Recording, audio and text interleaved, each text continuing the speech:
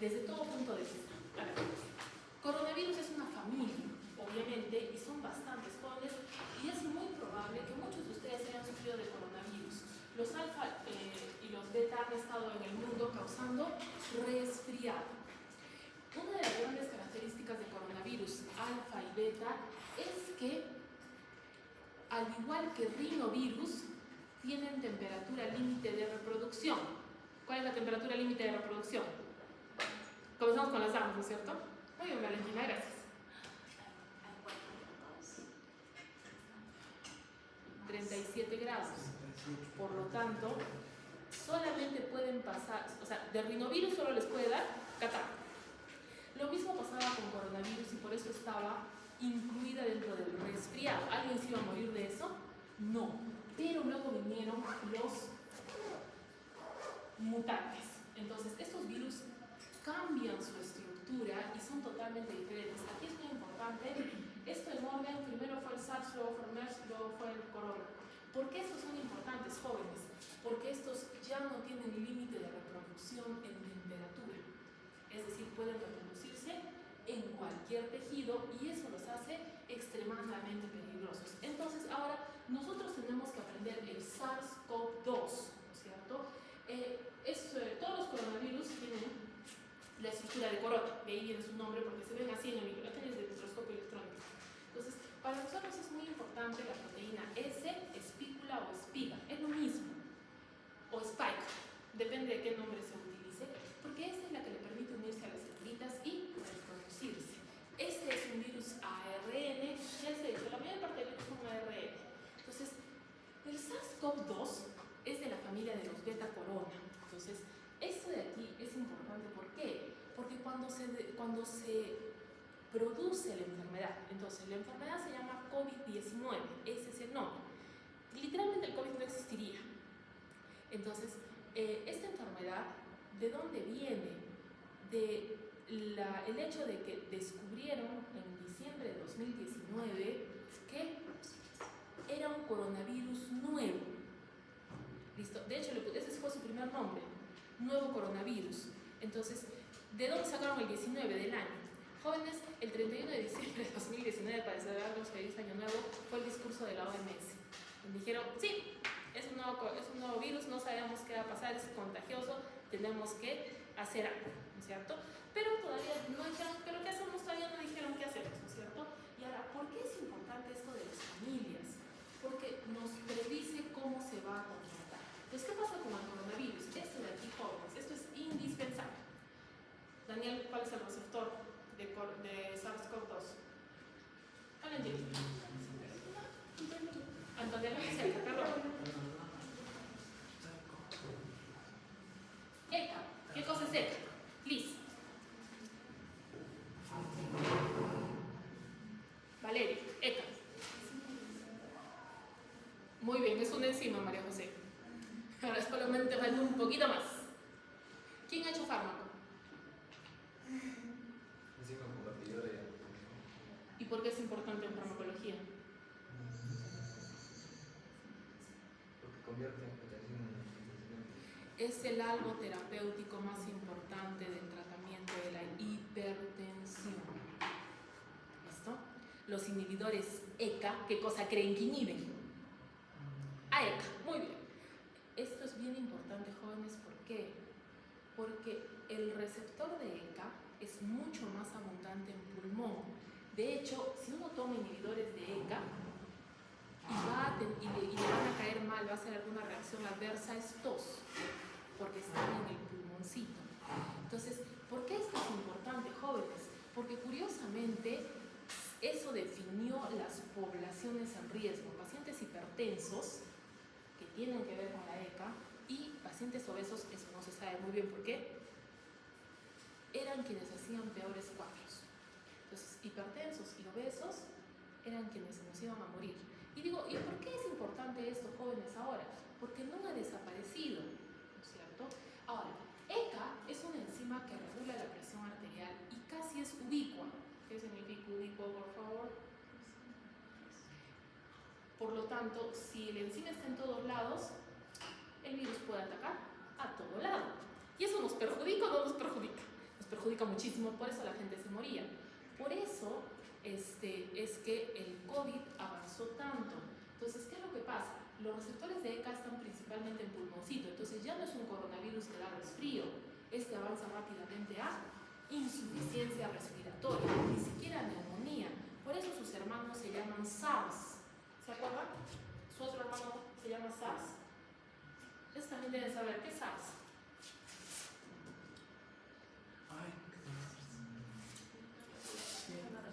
Síndrome respiratorio agudo severo, o sea, de neumonía más para allá. Y ese es su nombre es SARS-CoV-2, o sea, un virus que causa síndrome respiratorio agudo severo, que es un coronavirus y que es de tipo 2, porque el anterior ya atacó más antes.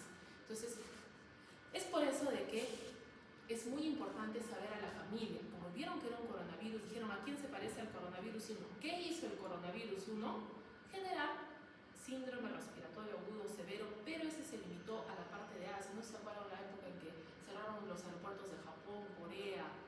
China nunca cierra nada, pero bueno, porque el contagio era tal, porque los pacientes terminaban hospitalizados o fallecían. Entonces, por eso es importante los virus, porque no sabemos qué nos va a tocar, ¿no es cierto? Entonces, ese de aquí tiene una gran capacidad de infección por el cuerpo. O sea, realmente el COVID, ¿qué vendría a ser? Un problema sistémico. Si a alguno le daba COVID, le daba dolido hasta la uña.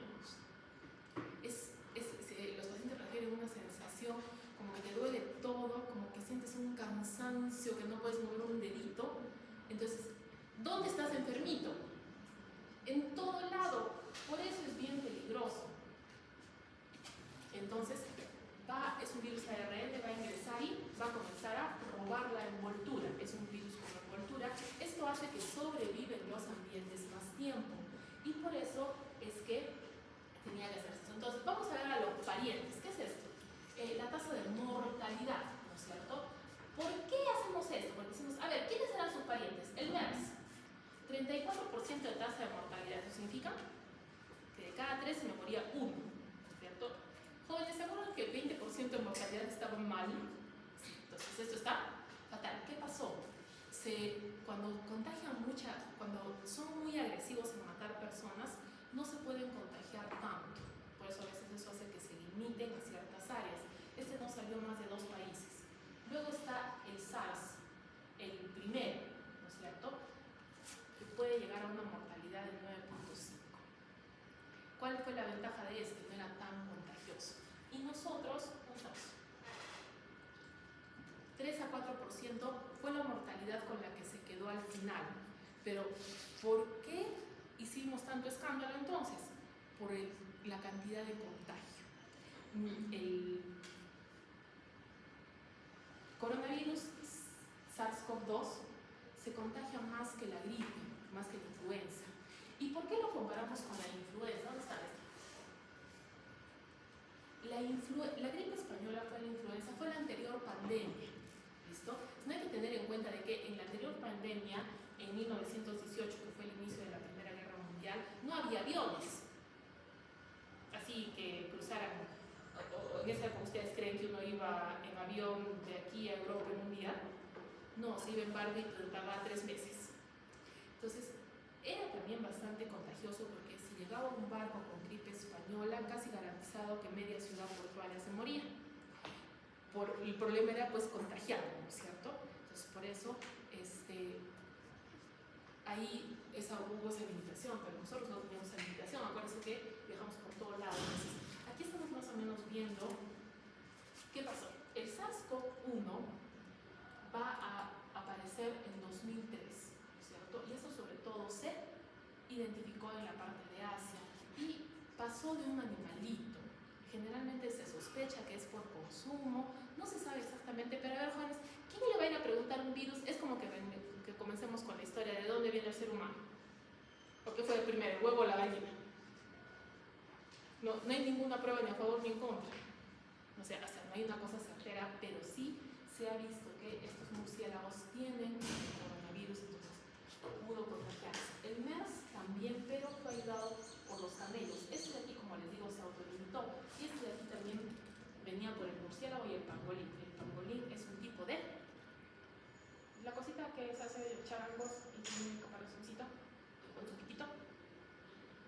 No, Ay, no, con colita. No. Tortuga. No. Amarillo. Armadillo, eso. Entonces, el pangolín es un tipo de armadillo que está en esa zona. Entonces, ¿cuál es el problema, jóvenes? Que como nosotros ahora viajamos muchísimo más, justamente nos tocó el año nuevo. El año nuevo, para que todo el... No, porque la alerta se emitió entre el 5 y el 8 de diciembre. Dijeron, esto está muy raro, pero todavía no se restringió. Navidad, Año Nuevo y Año Nuevo lunar. Nosotros celebramos el Año Nuevo solar, que es el 31 de... el Año Nuevo gregoriano, que es por el calendario oficial, ¿no es cierto? En cambio, el Año Nuevo lunar es en febrero, la primera semana, se celebra una semana. Nos debería tocar ese. En el Año Nuevo lunar, todas las personas que creen en el Año Nuevo lunar viajan a su casa. O sea, imagínense todas las personas que viven en Lima, contagiadas de COVID, viajando a sus pueblitos a contagiarle a todo el mundo. Por eso en esa parte del mundo fue tan terrible.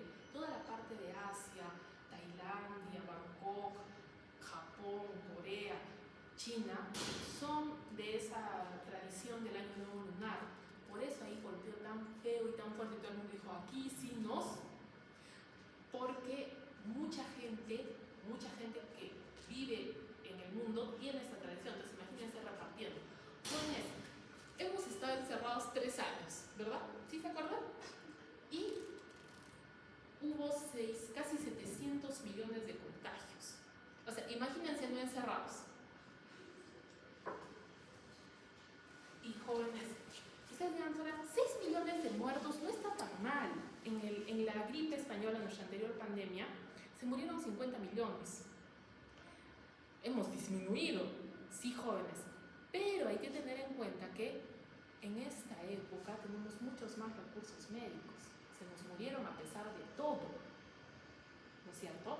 Es como que ustedes me digan, ay doctora, pero ahora nadie se muere ya de sífilis y en esa época se morían. Claro, que no había nada, pero por eso les digo, estos números tienen muchas variables y hay que tener en cuenta de que lamentablemente muchos sistemas de salud colapsaron. Yo sé que no parece así tanto una cosa así de que todos vamos a morir, pero jóvenes, no sé si ustedes vieron la cola, si alguna vez tenían oportunidad de ver la cola en los hospitales, porque no podían entrar, porque ya no había camas, y la cola en las funerarias. Muchas ciudades han tenido que hacer fosas comunes y eso es bastante preocupante. ¿Y por qué es más preocupante? Porque el virus iba mutando. Y esta fue otra de los motivos por el cual teníamos que estar en aislamiento. Entre más intercambio genético hay entre virus, mayor probabilidad de mutación. Entonces, a pesar de que estábamos encerrados, a pesar de todo, aparecieron las variantes. ¿Y qué es lo que pasa? Por ejemplo, algunas, lambda fue para nosotros un problema porque se extendió, pero no era tan peligrosa como Omicron. Omicron era más mortal, pero no se extendió tanto, posiblemente por la vacuna. La variante Omicron tenía peor pronóstico. ¿Y cómo sabemos eso? Todo esto se basa en enviar los estudios para análisis genético, análisis molecular. Por eso el estudio de virus es importante, por eso los laboratorios, todo esto solamente se podía hacer en el laboratorio, en el nacional, en el INS, como les digo, y por eso ir sabiendo cuál es la variante que te está fastidiando. Entonces, como les digo, miren, la gripe, cuando estamos en la temporada de gripe, se contagia más o menos a 1.3, es decir, una persona le contagia a 2 y todos le contagian así, y así va aumentando, ¿no es cierto? En cambio, el SARS-CoV-2 tenía una tasa de contagio o RO del doble. ¿Listo? Si yo les pusiera el doble de la nota, ustedes vivirían en absoluta felicidad, ¿no es cierto? Por más que sea una nota bajita. Entonces, por eso lo hacía tan contagioso, por eso el aislamiento. Porque esta persona podía ir contagiando, y por eso también las mascaritas. Las mascaritas en esta época no eran tan buenas. Mucha gente criticaba las mascaritas porque decía, no están protegiéndonos. Eso es bastante cierto, porque las mascaritas tienen poco tiempo de uso. Por ejemplo, la mascarita quirúrgica tiene un tiempo de protección aproximado de 8 horas. Si es que no le has estornudado, no le has babeado. ¿Cómo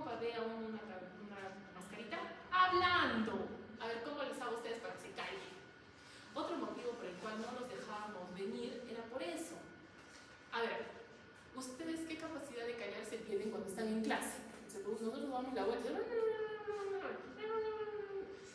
y entonces las mascaritas, ¿cuánto duraban? Poco.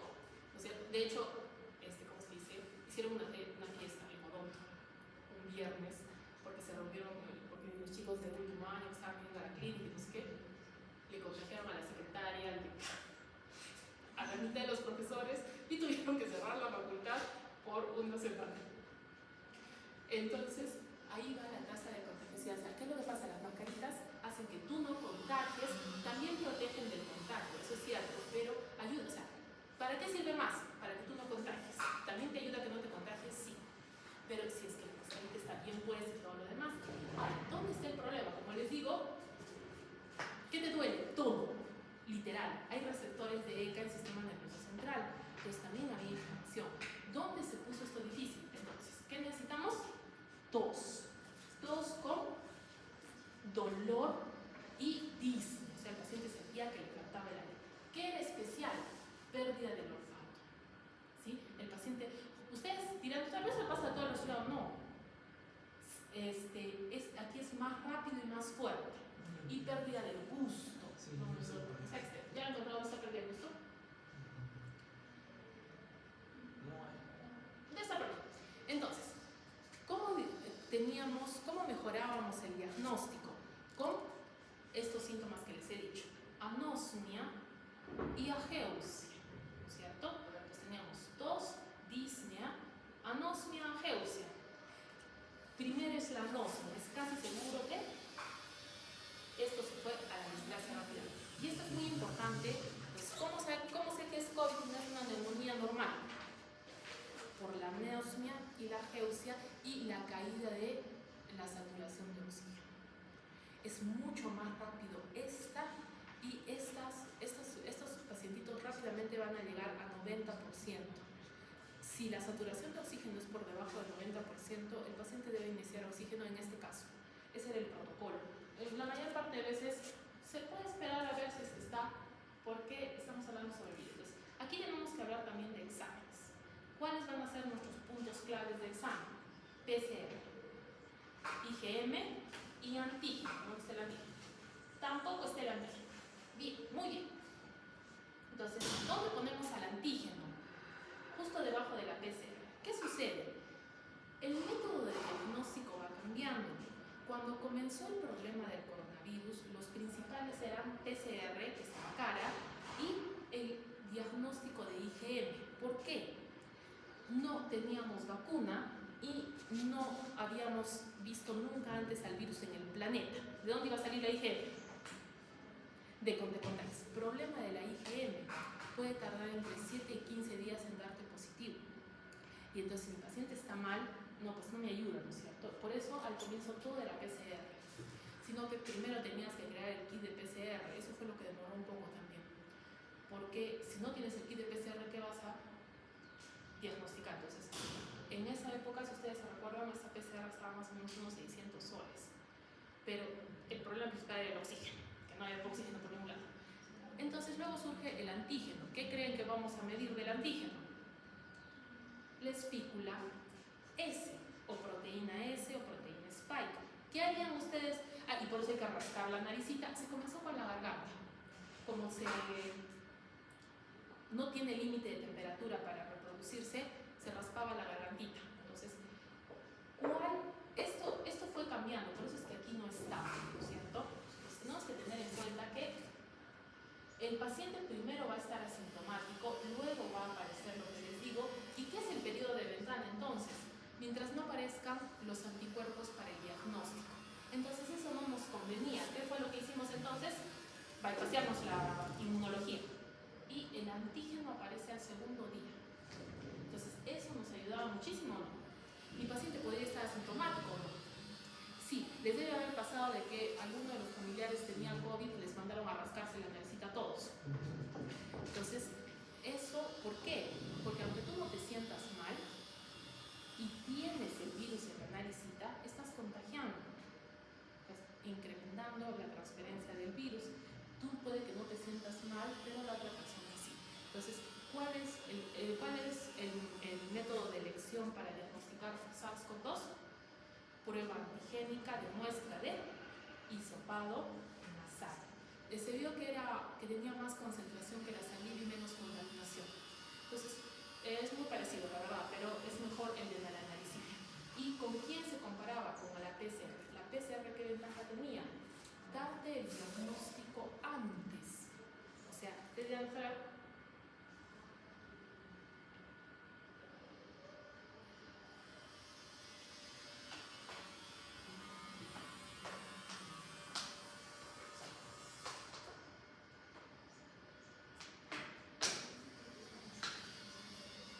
Ustedes dirán, ¿y qué tiene que ver esto? Pues muy sencillo, jóvenes, cuando estás pensando que es una situación peligrosa, el tiempo importa. ¿Listo?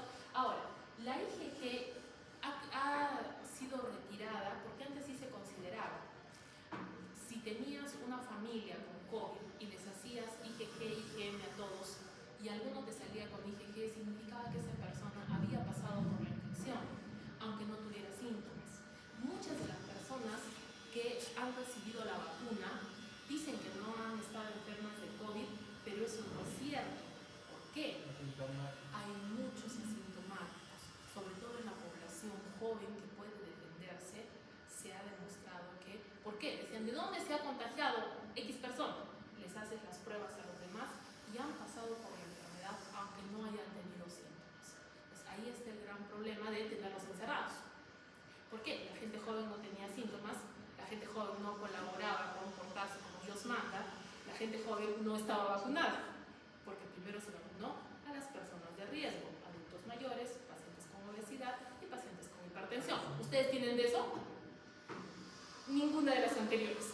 Entonces, y se demostró, nos deja sueltos 5 minutos, un fin de semana, y ya estaba contagiando a todo el mundo. Por eso se quedaron en su casa, por no colaborar. Entonces, ¿cómo va el diagnóstico en este caso? Entonces, para ustedes, ¿serviría la inmunoglobulina después de la vacunación? Ya no, pues, porque están todos vacunados, ¿no es cierto? Al estar todos vacunados, todos deberían tener IgG. Y entonces, ¿qué pasa si no tienen IgG? Opción 1, no reaccionaron bien a la vacuna, porque acuérdense de que la gente no reacciona igual a todas las vacunas, ¿no es cierto? Opción 2, no se pusieron vacuna. Entonces, en esos casos, ¿qué pasa cuando detectamos? Porque hemos encontrado, ¿se acuerdan que les sacamos sangre para el COVID en sus deditos? Hemos encontrado algunos que no tienen IgG. Entonces, lo único que les queda cosa es demostrar que a veces se van a vacunar, ¿no es cierto? Porque si la vacuna falló, igual tiene que repetirlo. ¿Listo? Por eso también las vacunas son tan importantes. Jóvenes, ¿qué virus les va a tocar a ustedes? Pues no sé. No sé.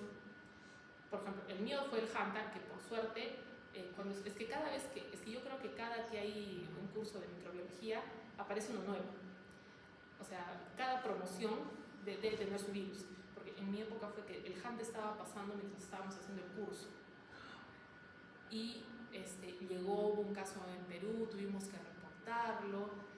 ¿Por qué? Si se extendía más allá y todo esto, porque el Hanta también era el pulmoncito, y lo vamos a ver después, sino que generaba sangrado y esto incrementaba la mortalidad. Entonces, los virus van dando sustos así. Yo no sé, la gente que le tocó el ébola, que fue la del 97, yo no sé, creo que esa gente sí se quedó traumatizada. El ébola tiene una mortalidad del 98%. ¿Sí han visto esa peliculita de epidemia donde están con unos trajes amarillos y una chica que es del estado médico se pincha? Ya, ese es del ébola. Sino que esa es totalmente cierta. Mucha gente de salud que estaba atendiendo pacientes no sintió ningún malestar. Las evaluaron y tenían anticuerpos. El ébola actualmente se controla por plasmaféresis de personas que han sobrevivido al ébola, porque no hay vacuna tampoco. El ébola es un virus súper raro. Es tan raro que no lo estudiamos. O sea, es él, fastidió la vida de un montón de gente y se quedó. Entonces, ¿qué les tocará a ustedes? No sabemos, por lo tanto, tenemos que estar preparados para vigilancia epidemiológica. Vigilancia epidemiológica nos avisa de qué cosas están pasando, ¿cierto? Para eso están las alertas. Nosotros hemos escuchado hablar a veces, ha habido un caso de tosferina, ha habido un caso de difteria. ¿Por qué? Pues ya estar con la orejita parada, ¿qué es lo que está pasando por ahí? Para ver si es que aparece algo parecido por tu sitio. Porque ya no es lo mismo tener un problema, por ejemplo, en Piura, Chiclayo, tenerlo en Piura, Chiclayo, Chimbote y Arequipa, ¿no es cierto? Entonces, conforme van implementando, esto es muy importante.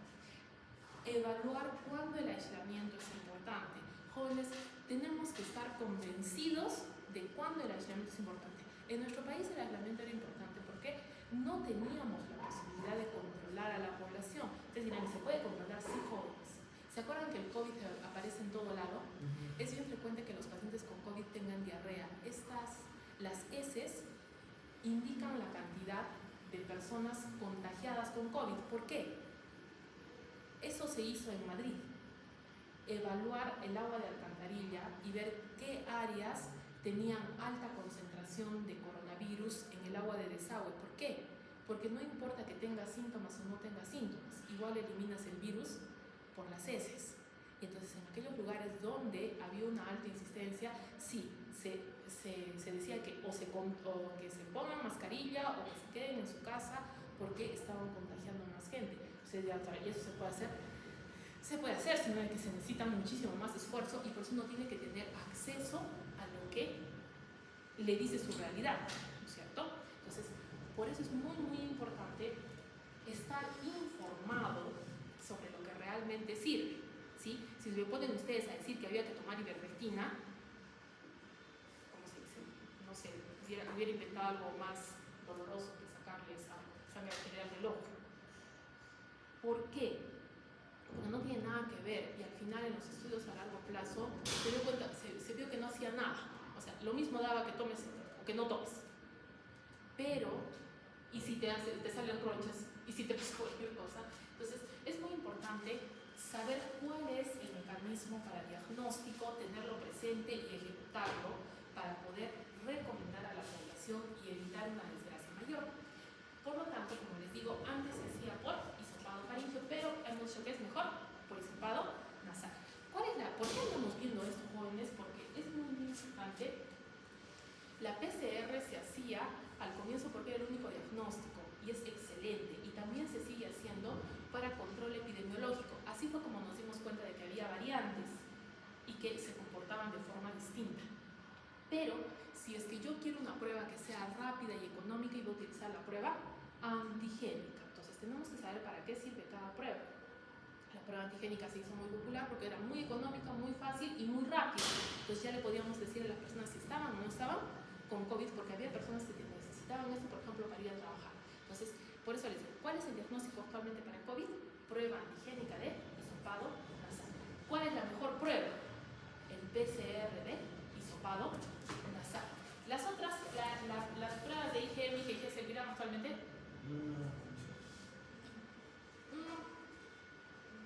Si es que estuviéramos sospechando que tuvo COVID, y entonces aquí es muy importante aprender sobre vacunas.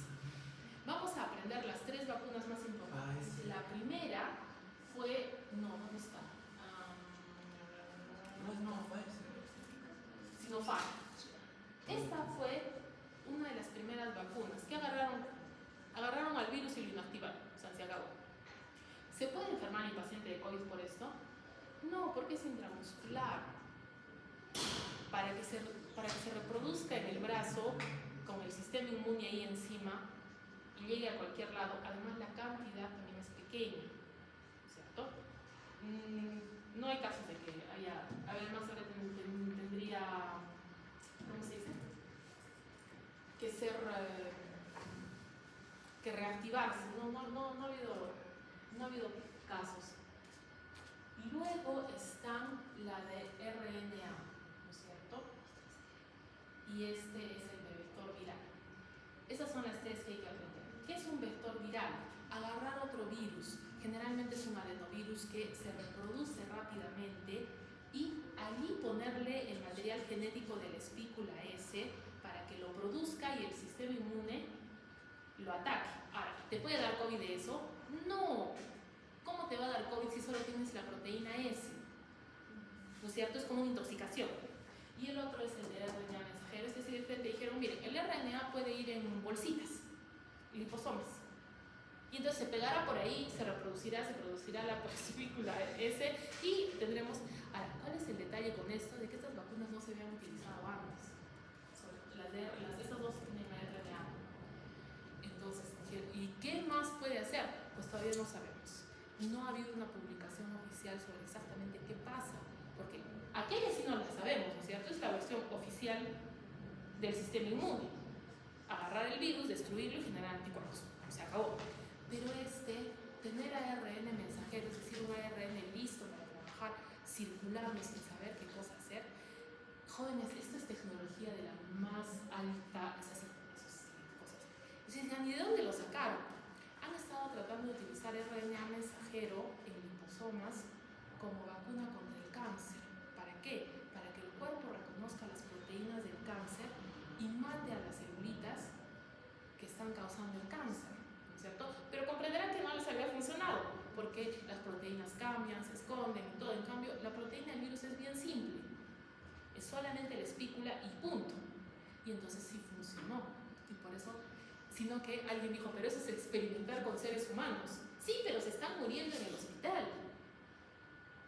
Y si les pasa algo después, y si no sobreviven, jóvenes, esto da para una discusión ética profunda, pero como no es en ética, no importa. Lo que me interesa a mí es que aprendan las 3 vacunas. Vacuna 1, virus vivos atenuados. Vacuna 2, transportar material genético mediante un vector viral. Vacuna 3, poner RNA mensajero así a nadar. Es como que yo diga, vamos a soltar un ratón aquí y vamos a ver qué pasa. Alguno dirá, no pasa nada, doctor, el que el ratón siga. Alguno dirá, de repente le da paro, porque hay personas que sí le tienen mucho miedito, ¿no es cierto? Alguien saltará por la ventana del susto y entonces dijimos, uy, no, está mal soltar ratones en la clase. Pero entonces, ¿y cuándo vamos a enterarnos de eso? No sabemos. Entonces, por eso les digo, entonces, la mayor parte de nuestras vacunas pues sigue la forma tradicional, en cambio estas dos rompieron el esquema. Pero jóvenes, estábamos encerrados, tienen que comprender. ¿O acaso soportaron ustedes más? Ustedes no tenían ustedes eran más jóvenes, no tenían que soportarse a ustedes mismos. Era bastante complicado. ¿Ha quedado claro? Entonces, por eso es muy importante, hay que evaluar lo que protege realmente. Y jóvenes, ¿por qué esto de la vacuna fue tan problemático? Porque ya, no puede estar en desacuerdo con la vacuna, pero la otra opción era porque sigan encerrados. ¿Hasta cuándo iban a seguir encerrados? Entonces, como les digo, las muertes, sobre todo en sistemas de salud donde no hay muchos recursos, fue terrible, y eso generó muchísimo dolor. Y esta paginita generaba estrés en toda la gente porque la miraban todos los días para ver cuánta gente estaba enfermita, cuánta gente había muerto, cuántos nuevos contagios, porque todas las personas que tenían síntomas respiratorios había que hacer la prueba de antígeno. Entonces eso tenía a la gente en desesperación total todos los días. Pero todo el mundo decía, pero sabemos qué está pasando. Inclusive salían videitos cada rato, o sea, ha habido tantos contagiados, ha habido tantos muertos, todo eso. Entonces dicen, pero es buena la información, pero andar persiguiendo a la gente con eso no sé qué tan bueno sea, pero bueno. Entonces, luego cuando vino toda esta de la vacuna, también había otro problema ético. Si las vacunas no son buenas, ¿por qué hay personas que se saltaron la cola para vacunarse? Es muy raro, ¿no es cierto? Es muy raro que el mismo día te digan que las vacunas son un problema y también haya gente que por sus influencias políticas, sus conexiones, se vacunen antes que los demás. Muy raro, ¿no es cierto? Sí, ¿no es cierto? Porque si es tan malo, ¿por qué la gente que tiene más dinero, más cosas se vacuna? Entonces, por eso les digo, es bastante complejo, ¿sí? Ahora, todavía no se ha establecido cuánto daño es de la vacuna y cuánto daño es del COVID. ¿Por qué? Las personas que sufrieron el COVID antes de que haya vacunación, 1, 2, 3, 4, 5 años después, han comenzado a presentar síntomas que se llaman long COVID o COVID de larga duración, donde hay daño en órganos blancos, como por ejemplo corazón, sistema nervioso, y algunos inclusive han generado esa enfermedad que les dije que no se supone que no existe, síndrome de fatiga crónica y fibromialgia. ¿Por qué? Se sospecha que es porque el COVID, al fastidiar al sistema inmune, ha generado todo esto a largo plazo. Ahora, dicen que no es cierto, es la vacuna, pero algunas de estas personas les dio COVID, tenían vacuna. ¿Cómo separamos? Por lo tanto, aún no se ha determinado. Y además, eso también ha sucedido en niños. Los niños pequeños han hecho un síndrome de Kawasaki-like.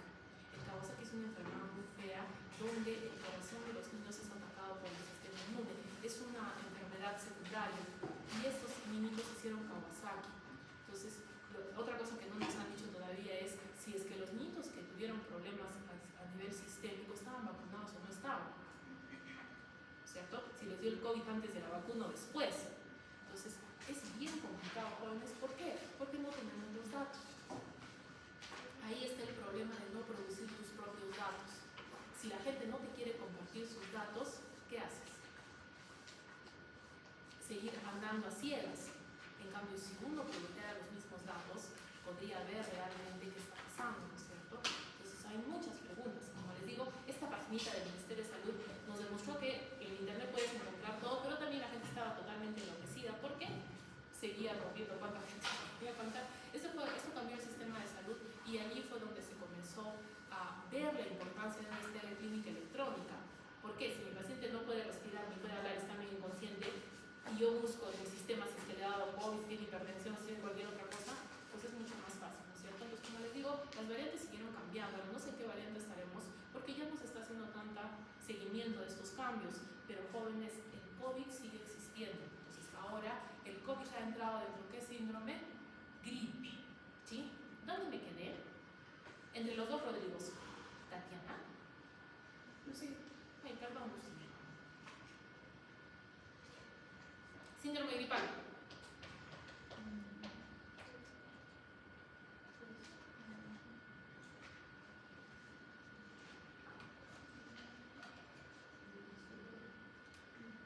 La gripe es igual, peor, mejor que el resfriado. De eso que en laboratorio, sí saben que soy de laboratorio, ¿no? Solo hay 3 opciones.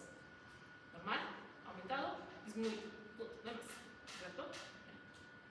Gripe versus resfriado. Igual, mejor, peor. Peor, muy bien. ¿Qué te dice que está peor tu paciente? O sea, lo vemos ahí a Daniel y dice, si tiene fiebre, ¿qué más? Dolor muscular y articular. ¿Qué más? Se le suelta la pancita. Jóvenes, cuando ustedes estén resfriados, digan, no, tengo moquito, me pican los ojitos, me siento desganado. Por eso es muy importante el termómetro. ¿Se acuerdan que todo el mundo tenía un termómetro? Porque no es lo mismo sentir fiebre que tener fiebre. ¿Por qué sienten fiebre? Jóvenes, sus células están muriendo. Ya les dije, el único destino de una célula contagiada por un virus es morir. A ver, jóvenes, ¿cuánta felicidad creen que trae morirse después de que un virus te estalle? No, eso no debe traer felicidad, ¿no? Eso debe haber aprendido en taller de felicidad, por lo menos. Debe ser uno de los objetivos del taller de felicidad, ¿cierto? ¿Cuánta felicidad trae la inflamación? ¿Cuánta felicidad trae el dolor? ¿Sí? O sea, en términos sí. Entonces, por eso, este es ahora otra causa, otra etiología de gripe. Pues cuando tengo gripe, ¿qué tengo que pensar? COVID, influenza. Esos son los dos que tengo que pensar. ¿Listo? La influenza estaba más antes. Y entonces, la epidemiología también nos ha enseñado que los virus pasan muy bien por manitos o no. Sí. Sí, entonces, ¿qué hemos dicho? Es muy importante el uso de alcohol porque disminuye la cantidad de microorganismos y sí ayuda, pero obviamente va a depender. Por ejemplo, en el hospital es muy útil, ¿no es cierto? Muchas personas para pasar de conversar a un paciente con otro se ponen alcohol, pero si lo van a tocar, nos ponemos guantecitos, y si van a curar, se ponen guantes estériles. Pero bueno, entonces, es muy importante ver esto de los niños, porque los niños no te hacían síntomas, pero de repente caían con Kawasaki, que está bien feo, jóvenes. Kawasaki es una de las enfermedades más feitas de los niños. Entonces decimos, ahora que los vacunamos, no los vacunamos. Hay muchos que saben que los vacunamos por si acaso. Mejor que sobre el Nadie se ha venido a quejar de que la vacuna del COVID les haya hecho algo. Todavía. Al final, y si no nos han avisado.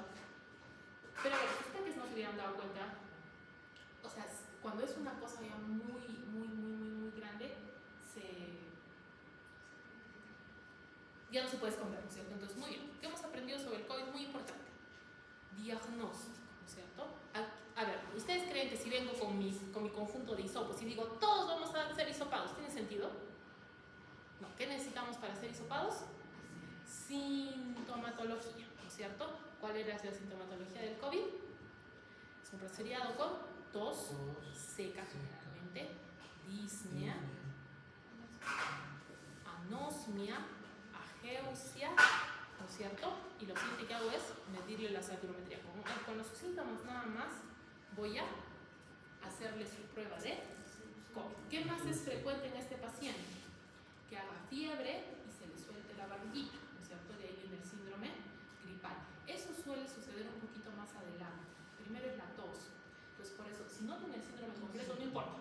Cualquiera de las que tenga, o sea, si viene con fiebre, síntomas de dolor articular, rinorrea, ojitos inyectados y diarrea, igualito cabe dentro de gripe.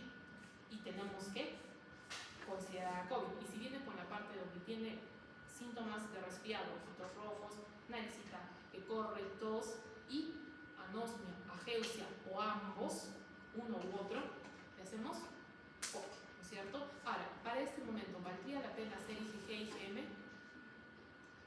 Simplemente como un estudio poblacional, si quisiéramos saber cuánta gente todavía tiene IgG en cantidad suficiente, pero no sabemos cuánta es cantidad suficiente, entonces normalmente lo dejamos así.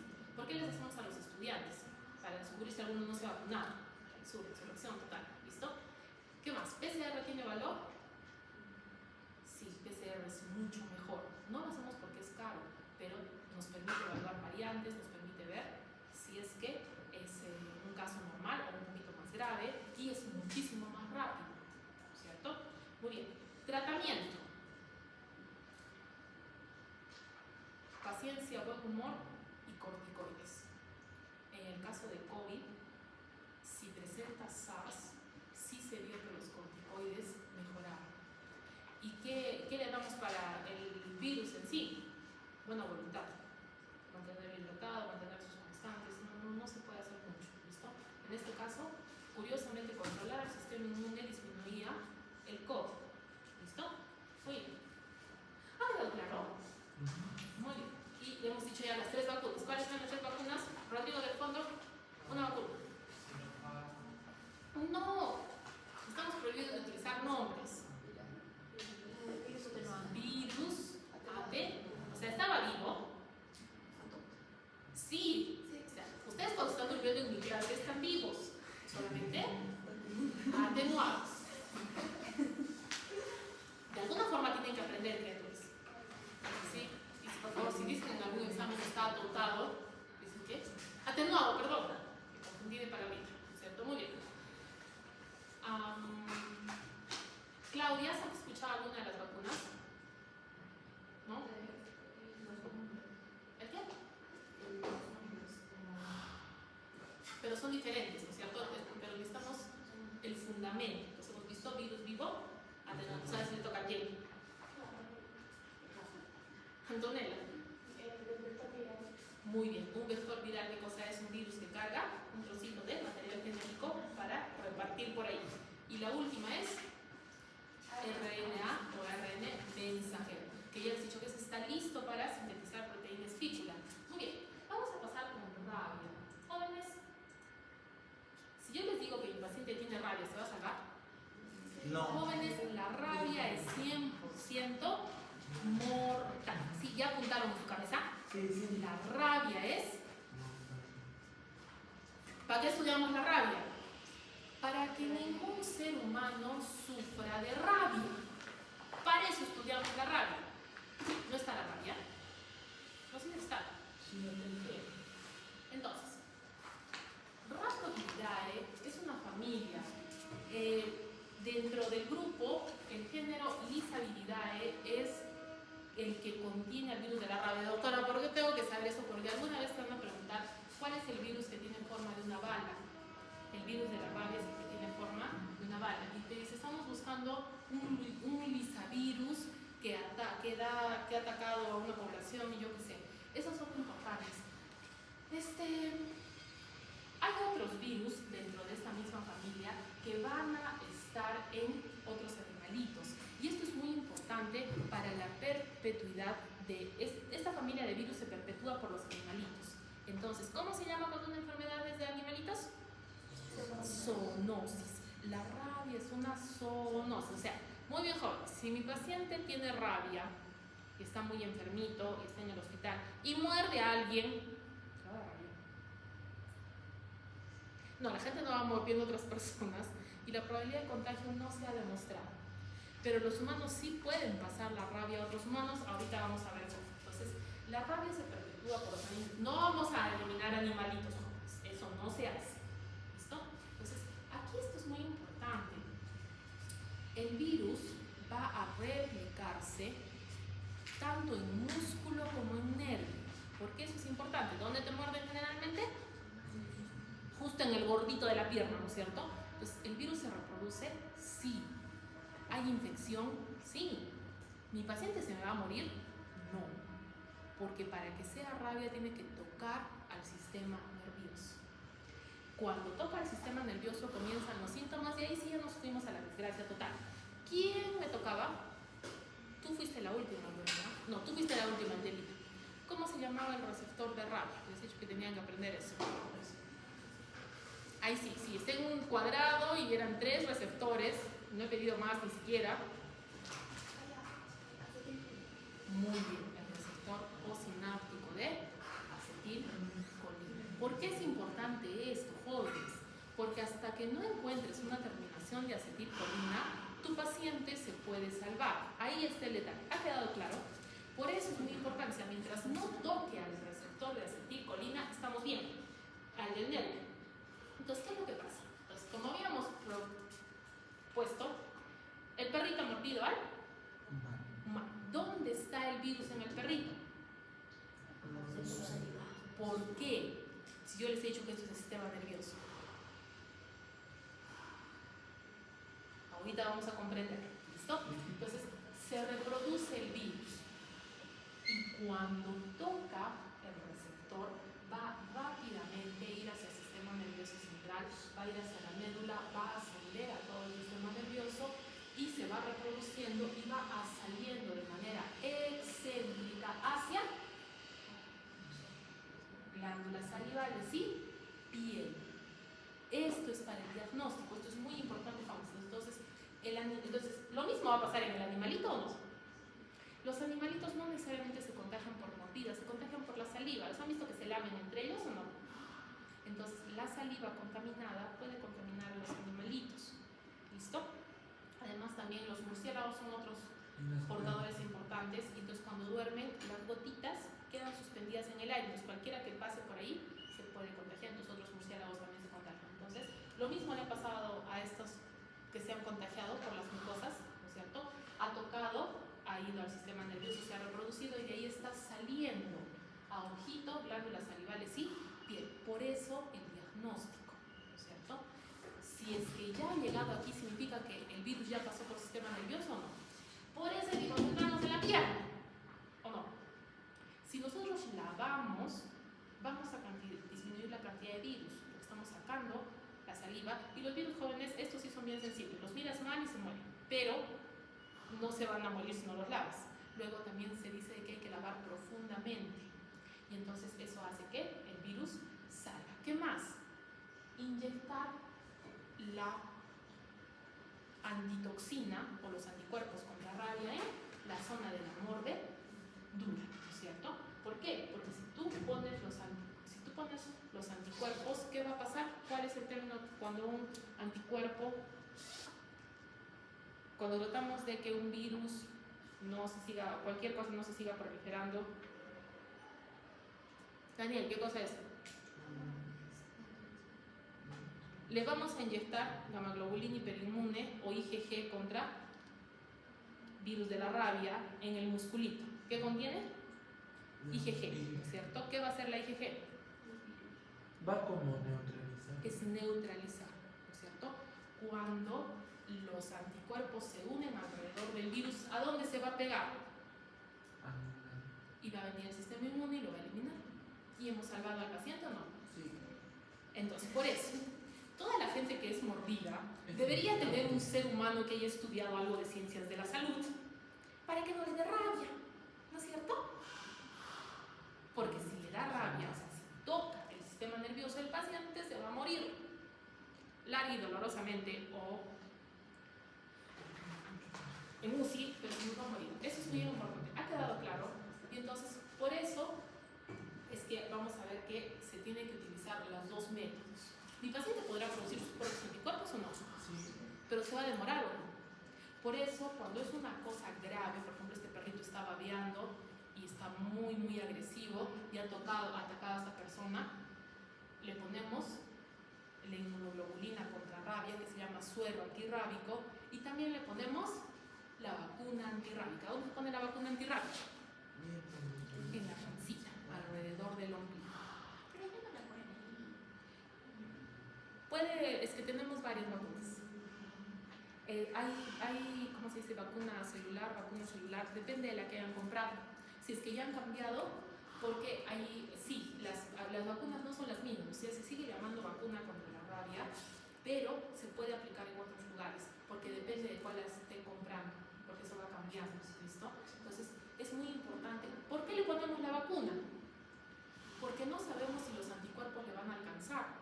Acuérdense que ya les he dicho que la neutralización depende de que tengas una cantidad suficiente de anticuerpos que puedan bloquear. Además, ¿se va a seguir reproduciendo el virus?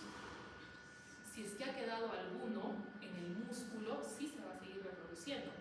El suero o inmunoglobulina G es eterno. No. Hemos dicho que se va a acabar, y si es que son demasiados virus, porque lo ven que el perrito está enfermito, se puede acabar más rápido. Por eso es que iniciamos el esquema de vacunación. De esa forma, ¿cuál es inmunidad activa? ¿Cuál es inmunidad pasiva? Valentina.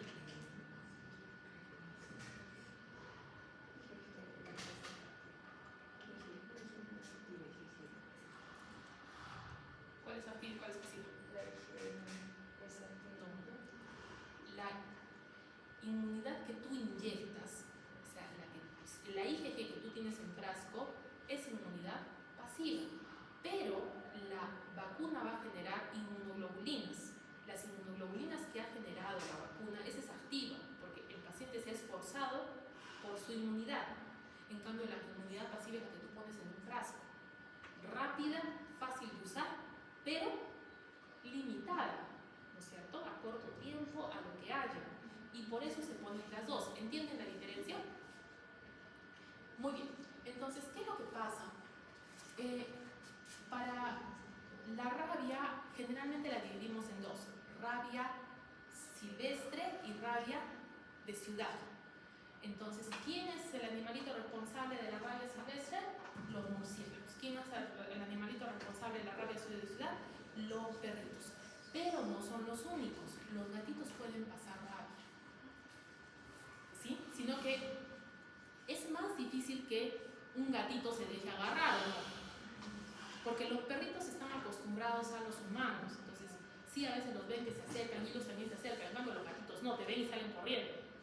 Es muy raro que un gatito vaya a los humanos a decirles o no. Pues por eso es que no, pero sí pueden transmitir. Entonces, si tienen gatito, ¿tiene que estar vacunado contra la rabia o no? Sí. Ahora, ¿qué más pasa? Estos animalitos, ¿ustedes creen que cuando ven un animalito silvestre, le dicen, ay, no te conozco? O sea, ustedes seguramente sus mascotas son bien obedientes y ustedes les tienen prohibido hablar con coyotes, ratones y otros mamíferos silvestres que puedan tener rabia, ¿no es cierto? ¿Sí? No, pues, entonces es que hay contaminación, y a veces entre ellos se lamen también, hay contaminación de la saliva por ahí. Entonces, así es como los animalitos de casa se contagian. ¿A ustedes acaso les dan un reporte así? Me he juntado con los perritos tales, me he ido hasta el sitio tal donde hay un zorrito. No, ni la patita les dan. Entonces, por eso es que los animalitos continuamente tienen que ser vacunados. ¿Por qué? La vacuna no es eterna. El sistema inmune tiene que irse defendiendo y defendiendo. Entonces, ¿cómo necesitamos, hemos dicho? Primero, que te muerdan, ¿no es cierto? Listo, fácil.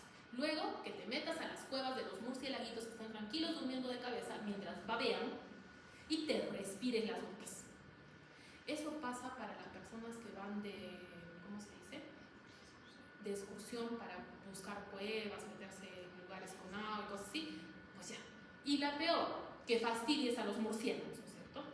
Hay gente que se les dice, no entren con el teléfono, no tengan la cámara prendida, y te hacen caso, no. Entonces los animalitos pueden hacer arañoncitos con su diente, que tiene saliva, ¿no es cierto? ¿Cuáles son los peores lugares para contagiarse de rabia? El cuero. Mano. ¿Por qué? La gran cantidad de terminaciones nerviosas. Eso es lo que les permite, les debe haber pasado que han apagado el teléfono que tenía que despertarlos y ni siquiera se han dado cuenta. La mitad de su casa se ha enterado que su teléfono ha sonado, ustedes lo han apagado, y ustedes, es la sensibilidad y la memoria de sus manos. ¿Listo? ¿Dónde más es peligroso? Cara. Porque ¿a cuánto del sistema nervioso está? Nada, comparten la misma casa. Y cuello, por lo mismo, ¿cierto? Entonces, si las heridas son en esta zona, si te respiran los virus de la babita del murciélago, es más probable que haya daño. ¿Listo? Y les dije que los humanos podían contagiar. ¿Dónde me quedé? María José. ¿Dónde eran los lugares con mayor concentración de virus de rabia?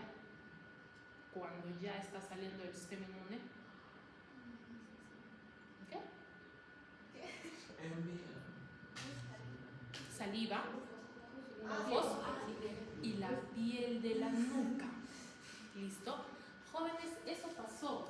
El trasplante de córnea, porque la córnea no tiene vascularización, entonces se creía que la córnea estaba limpiecita y se trasplantaba. Alguna vez hubo un trasplante y no se sabía de qué murió el paciente, pero el receptor terminó con rabia. ¿Por qué? Porque en los ojitos hay una gran concentración de virus de la rabia. Entonces ahora los pacientes trasplantados también los analizamos contra virus de la rabia. ¿Ha quedado claro? Entonces, ¿se puede transmitir rabia de humano a humano? Sí. Mediante trasplante, ¿cierto? Mediante trasplante. Jóvenes, esto es muy importante. El humano puede tardar hasta 60 días en dar sintomatología. ¿Qué?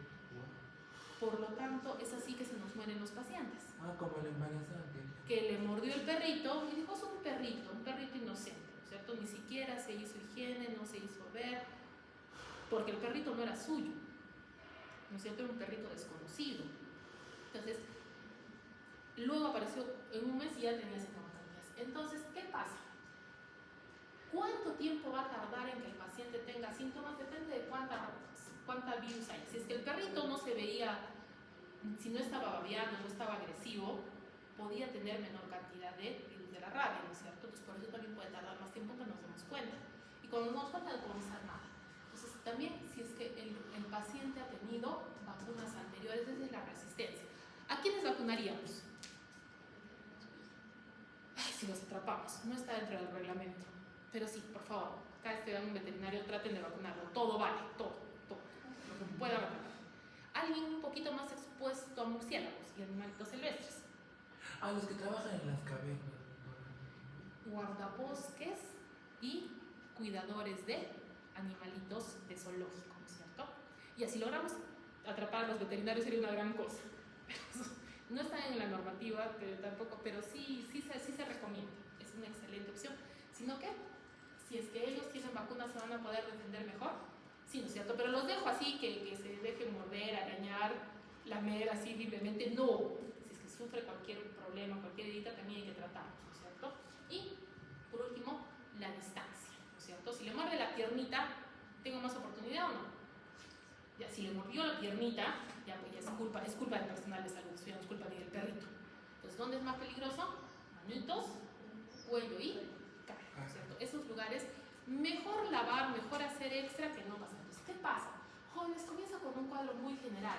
Tiene náuseas, cefaleas, se siente mal y comienzan las parestesias. O sea, en el lugar de la mordedura, el paciente te dice que tiene como una contractura, como que no siente, como que a ratos siente hormigueo, como que a ratos le quema. Esas son parestesias.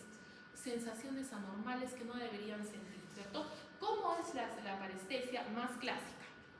Cuando su piecito o pierna queda atrapado, ¿no es cierto? O han dormido en una mala posición y luego se despiertan así con el bracito calambrado, que sienten así que les hormiguea. Eso es parestesia. ¿Listo? El paciente le dice, me hormiguea, siento animalitos, me pica, me punza, me quema, no siento nada. Esa es. Y eso significa que ya mi paciente no tiene oportunidad. ¿Listo? Desde la fase prodrómica, donde a veces no sabemos qué es rabia, ya tiene sintomatología y eso significa que el paciente tiene rabia. ¿Listo? Entonces, por eso, ¿cuál es la única fase que tengo? Incubación. Desde que el paciente ha sido atacado hasta que encuentre un terminal nervioso. Es decir, sin que tenga sintomatologías. Por eso, si tu paciente tiene sintomatología de rabia, se va a cumplir el 100% de mortalidad, como hemos dicho. Y por último, el último periodo es la encefalitis y el momento en que el paciente va a fallecer, va a tener alucinaciones, convulsiones, y esto es muy importante. La hidrofobia, que se traduce como miedo al agua, es porque todos los mamíferos que se contagian de rabia tienen contracción dolorosa de los músculos de la deglución involuntaria. ¿Se acuerdan que va por el sistema nervioso? Entonces, es como que se contraen y entonces por eso no pueden pasar. Por eso babean. La cialorrea, que es lo mismo que babean, es porque, jóvenes, ¿ustedes se han dado cuenta cuántas veces al día pasan su saliva? Es bien frecuente que uno esté pasando saliva, pero si cada uno de esos movimientos te causa dolor, no lo vas a hacer y por eso comienza a babear. Y lo que pasa es de que en el caso de los animalitos existe un reflejo involuntario, también en nosotros, en que si uno ve agua, tiende a hacer ese movimiento involuntario de pasar. Por lo tanto, al ver el agua van a sentir esa contracción involuntaria y dolorosa y entonces por eso no quieren ni ver el agua. Ese es uno de los motivos por los cuales hay que capturar a los perritos y animalitos con rabia. Si toma un animalito con rabia o sospechoso de rabia, lo pones en una jaulita, eso es lo que se hace.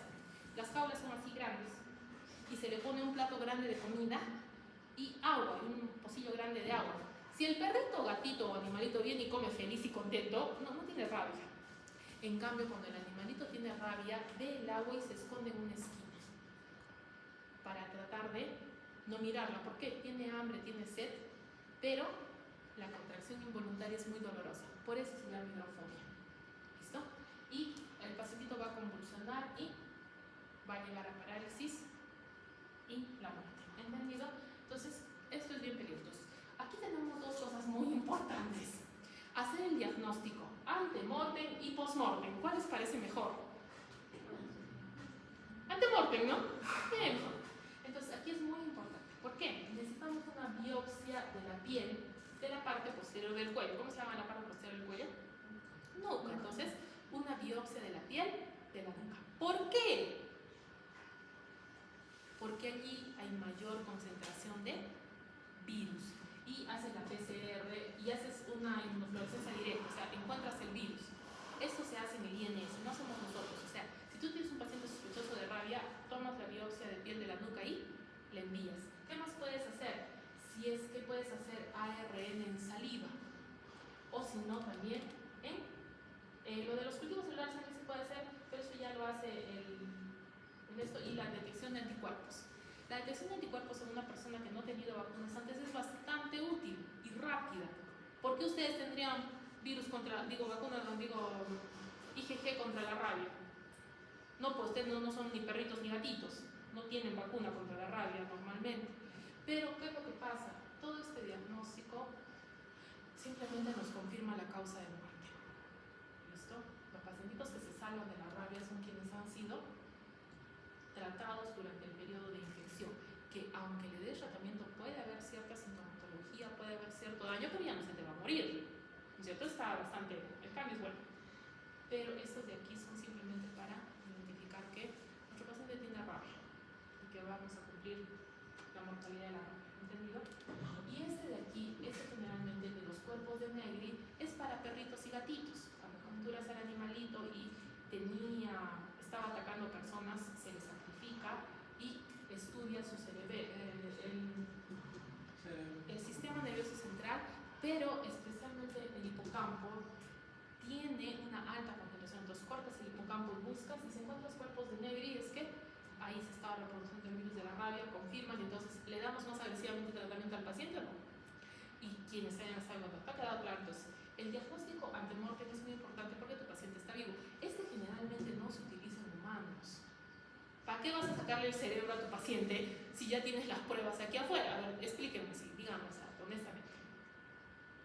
Si sabemos que la rabia es 100% mortal y tu paciente tiene las pruebas positivas, ¿para qué le vamos a hacer? Todavía no hemos hecho una autopsia, porque jóvenes comprenderán que el hipocampo está en el medio del cerebro. Hay que abrir la cabeza, sacar el cerebro y sacar la mitad del cerebro y buscar el hipocampo. O sea, ¿sí me comprenden? Entonces, en los animalitos sí se hace eso, ¿no es cierto? Porque el animalito ya fue ese pobre animalito, ¿no es cierto? Y no le puedo hacer anticuerpos al animalito, ¿sí? No, pues no puedo, porque todos tienen vacuna contra la rabia. ¿De qué me sirve? No les mostrando. Ha quedado claro entonces. Generalmente el diagnóstico post-mortem es para el animalito. Se puede aplicar a humanos también, si no sabes qué cosa tiene. Pero si ya tienes las pruebas ante-mortem, ¿para qué le vas a hacer? Pues, ¿no es cierto? Entonces las pruebas ante-mortem son muy importantes. Paciente que llega a emergencia convulsionante, ¿no es cierto? Se busca antecedentes. Fue mordido por un perrito hace un mes. ¿Cuáles son los exámenes para saber? Primero, biopsia de nuca, ¿no es cierto? Segundo, PCR. Tercero, anticuerpos contra el virus de la rabia. ¿Qué anticuerpos van a pedir? Los dos de siempre. IgG, IgG, ¿no es cierto? Y ahora, si les digo que al paciente hay que sacarle un pedazo de hipocampo, diagnóstico de rabia por biopsia de hipocampo. No, es que ese es, a ver, eso ya es necropsia. Biopsia es cuando el paciente está vivo. Biopsia es cuando sacas pedacitos de órganos con el paciente. Necropsia es cuando ya te sacas el cerebro completo, porque ya, ¿entiendes? Entonces, muy bien, hemos dicho que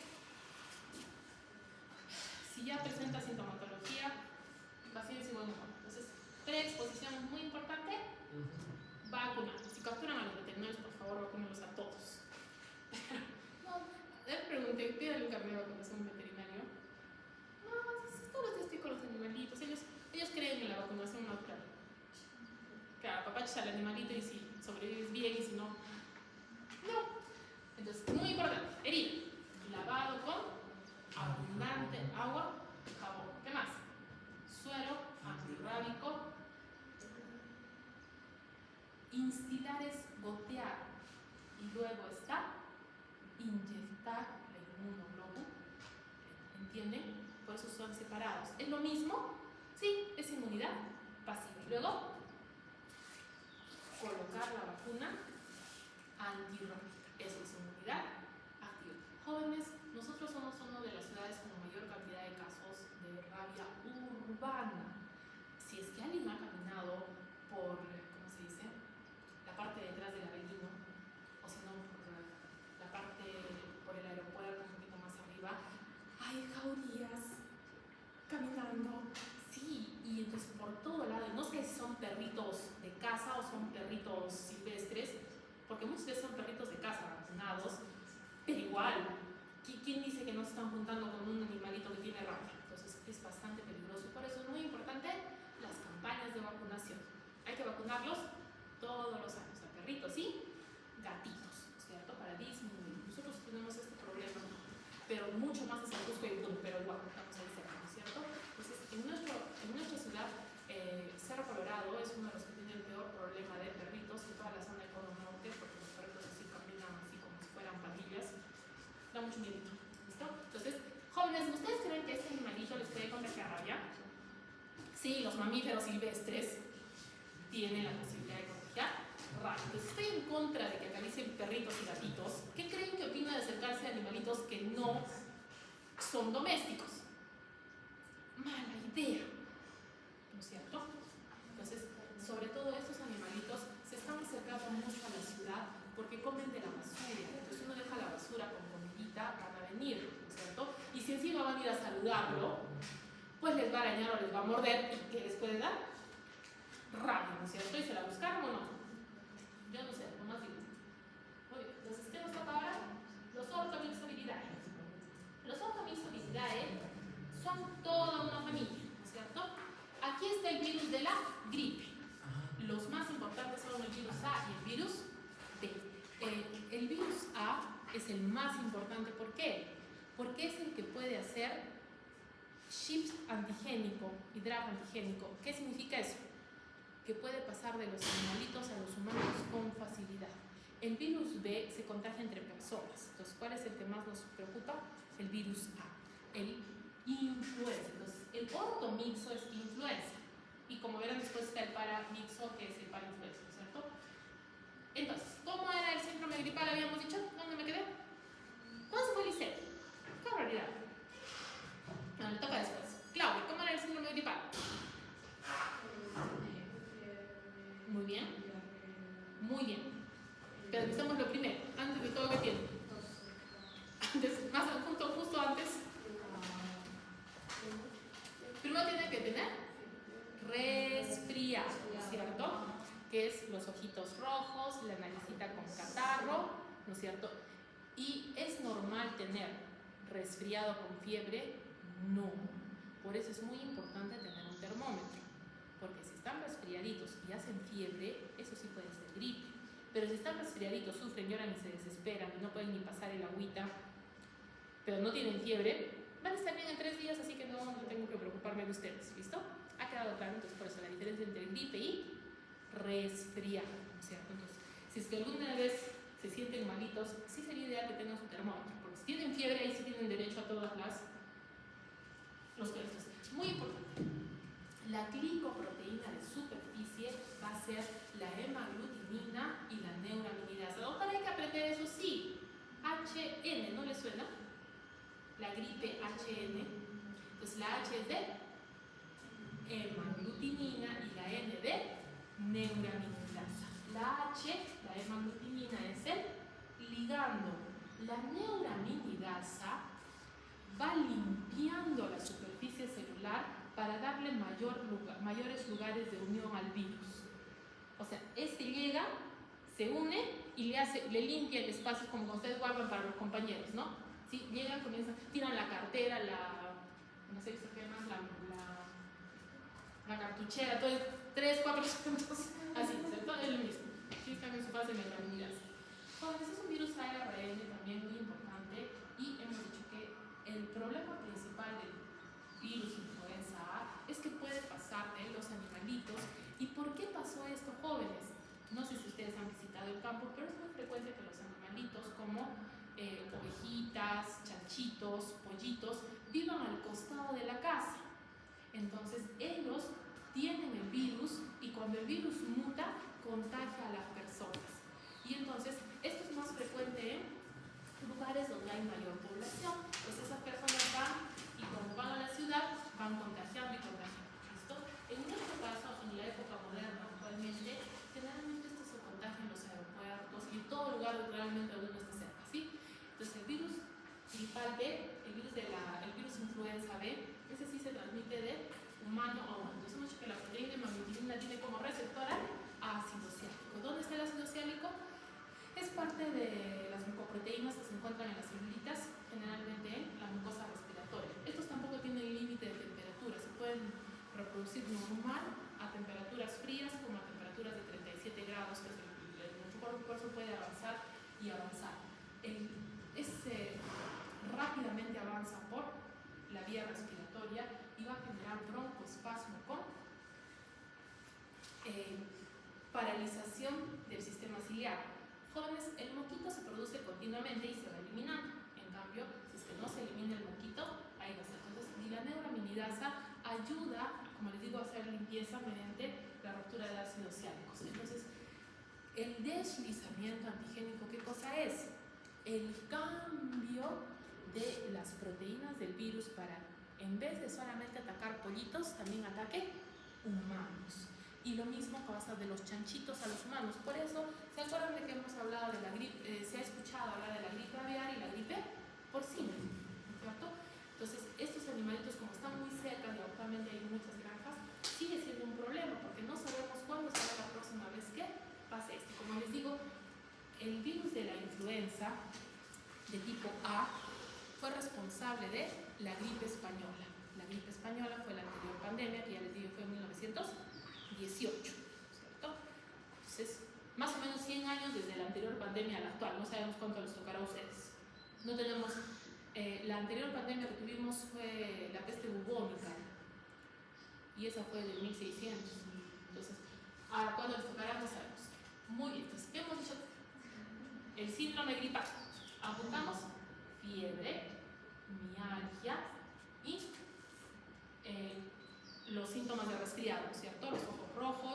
la rinorrea, el malestar. Muy bien. Esto es muy importante, jóvenes. ¿Dónde me quedé? Liz, le tocaba a Liz. Defíname el síndrome de Guillain-Barré.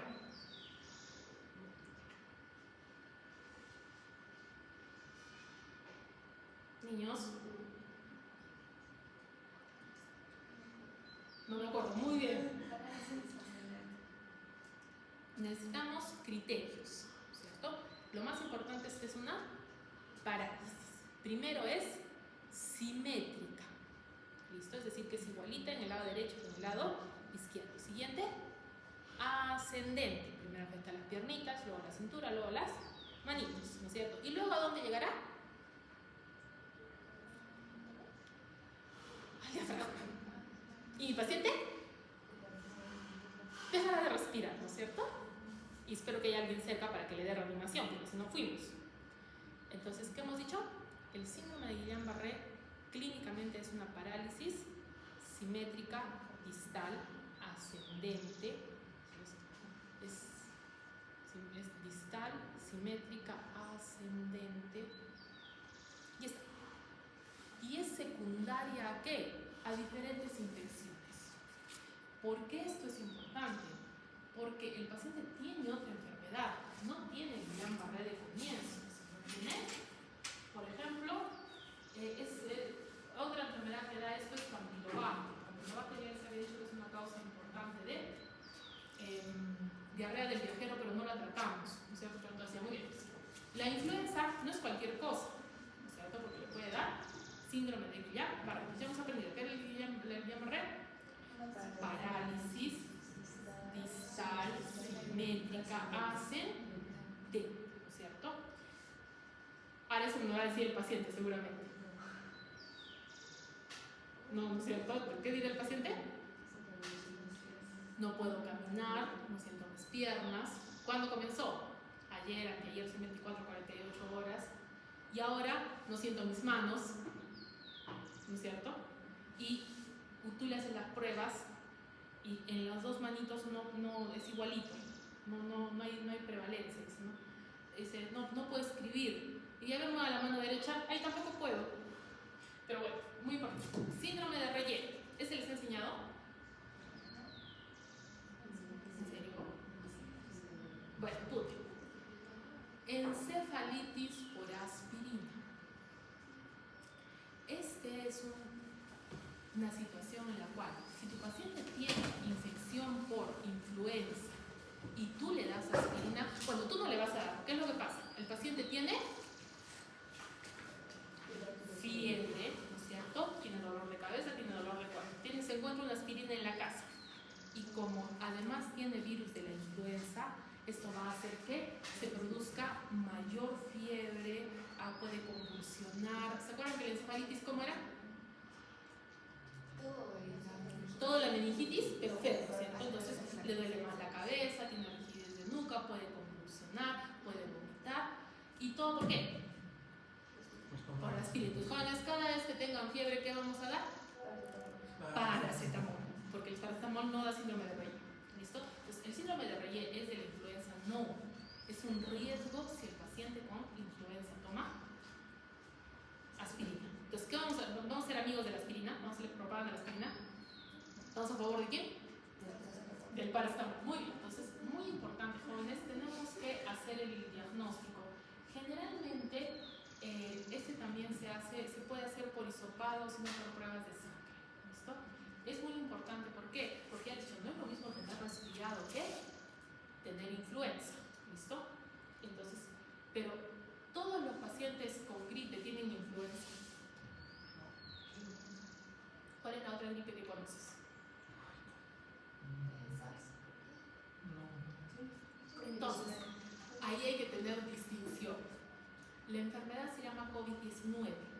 El virus SARS-CoV-2.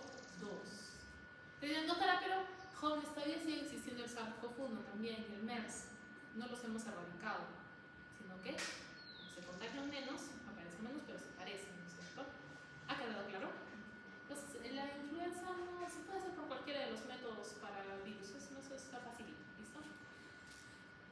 ¿Qué hago si ustedes vienen, sufren dolorosamente, pero qué puedo hacer? No,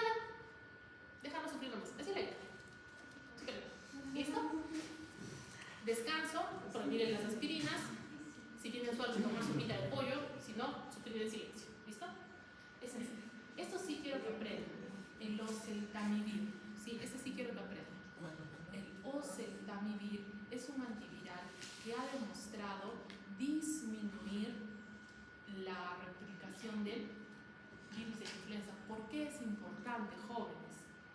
Porque este virus en abuelitos, es decir, personas mayores de 65 años, según ustedes yo, ¿no es cierto?, va a causar neumonía y la neumonía puede llevar a la muerte. Jóvenes, como han visto que se contagiaba muy rápido, este es el punto con el que comparamos a COVID, obviamente porque es bien contagioso. Entonces, esto es bien peligroso en la época de invierno, porque si es que el paciente no está vacunado, tiene mayor riesgo de generar neumonía. Entonces, por eso, en pacientitos mayores de 65 años, ¿y a ustedes creen que les va a dar oseltamivir?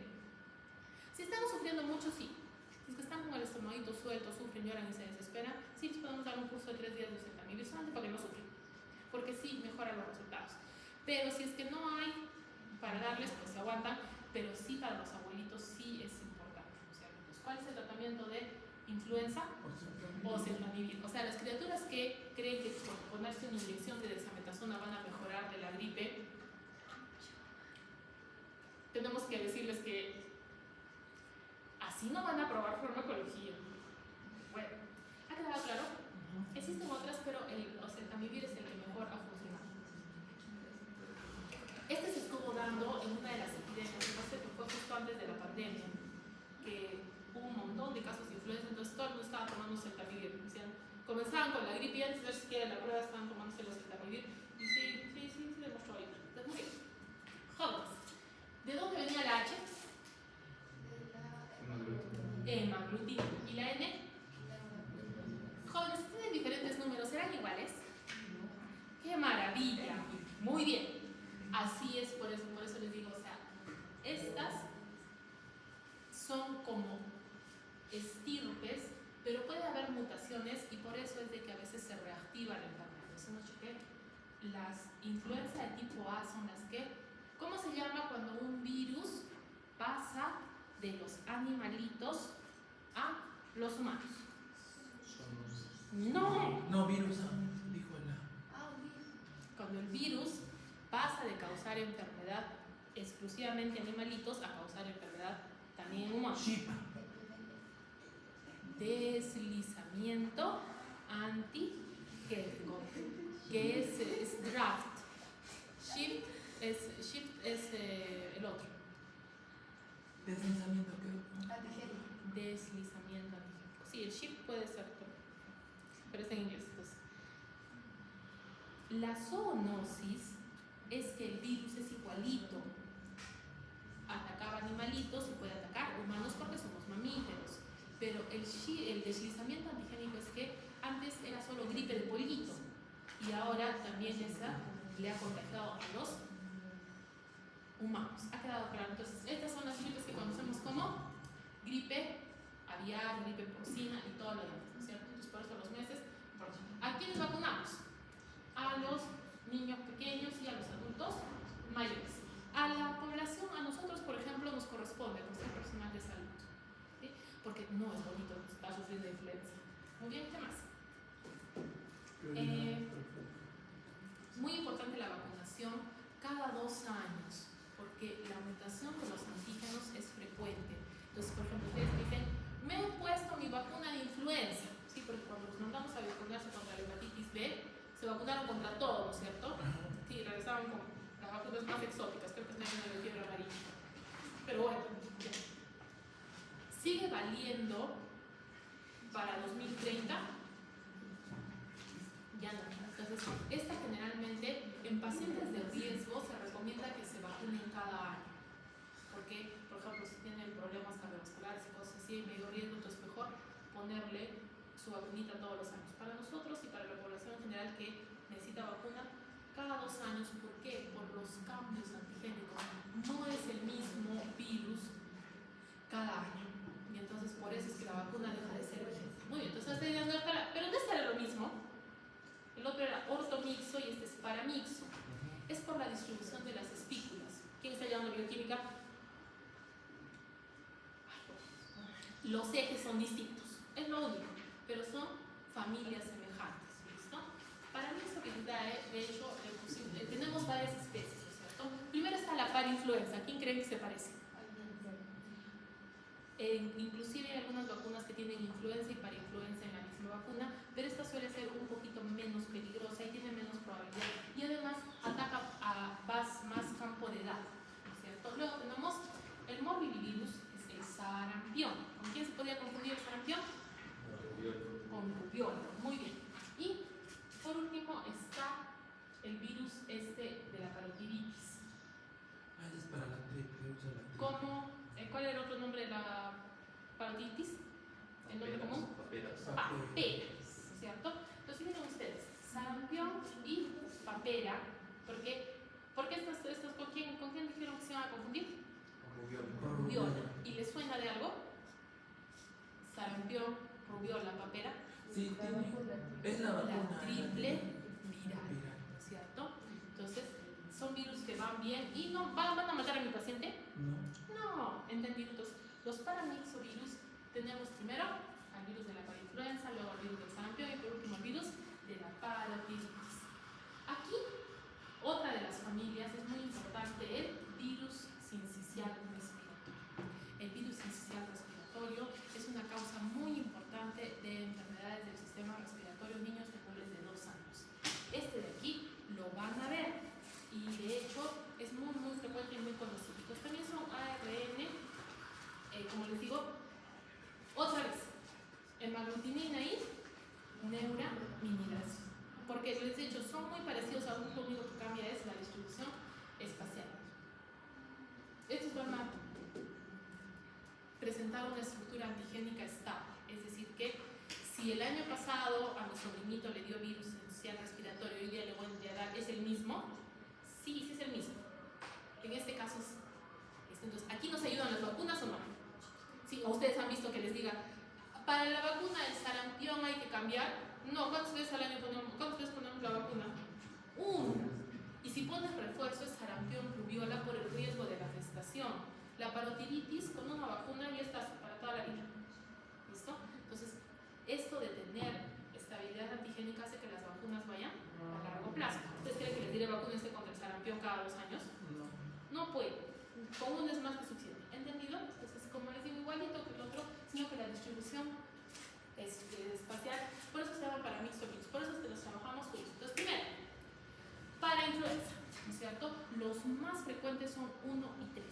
Estos de aquí van a ir hacia el epitelio y ¿cómo nos defendemos de ellos? Mediante inmunoglobulina A. Este es predominantemente en niños. ¿Qué les va a dar a los pobres niños?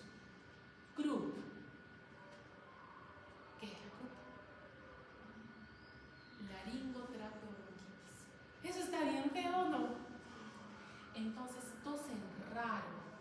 El croup, como está todo inflamado, no momento de respirar, respira raro y tose como perrito también. ¿Dónde está la diferencia? De que en los otros inspira normal, aquí la inspiración es como un quejido y la tos no es como de perrito. Entonces, ¿qué cosa es el croup? Laringotrapeobronquitis. ¿Listo? Y también puede dar bronquiolitis y neumonía. ¿Cómo es la bronquiolitis? La bronquiolitis es como el asma, es decir, mi pacientito se llena de secreción y tose, pero la diferencia es que esta es infecciosa y el asma es alérgico, ¿no es cierto? Es la única diferencia. Entonces, esto es peligroso, sí. Los niñitos pequeños van a verse más afectados. Esto del croup a los 2 años es bien frecuente, entonces el niñito va a toser. Aquí hay que tomar muestra del esputo y buscar si es que hay antígenos virales para el diagnóstico definitivo, pero esto es muy importante. Ponerlos en ambiente húmedo. Si el vapor es frío, es mejor. ¿Por qué? Porque si no el pacientito no puede respirar. El problema con la vía respiratoria es que es muy suave y cuando se hincha, lo que va a hacer es cerrar la respiración. Entonces, para calmar, es como cuando ustedes se queman su manito y les decimos, pónganse bajo el agua. Mientras están con el agüita, va disminuyendo, ¿no es cierto? Es lo mismo. Entonces, estar en ambiente húmedo, esto, por ejemplo, a veces hay tantos niñitos mal que les ponen un cuartito pequeño donde están 6, 8 niñitos y están siempre con el vapor. Entonces tú entras y se te empañan hasta los lentes de tanto vapor que hay. Pero es para que los niños pongan los lentes. ¿Cuál es el tratamiento para el croup? Vapor, ¿no es cierto? Ambiente húmedo. Si tiene su vaporizador también se le puede poner. Y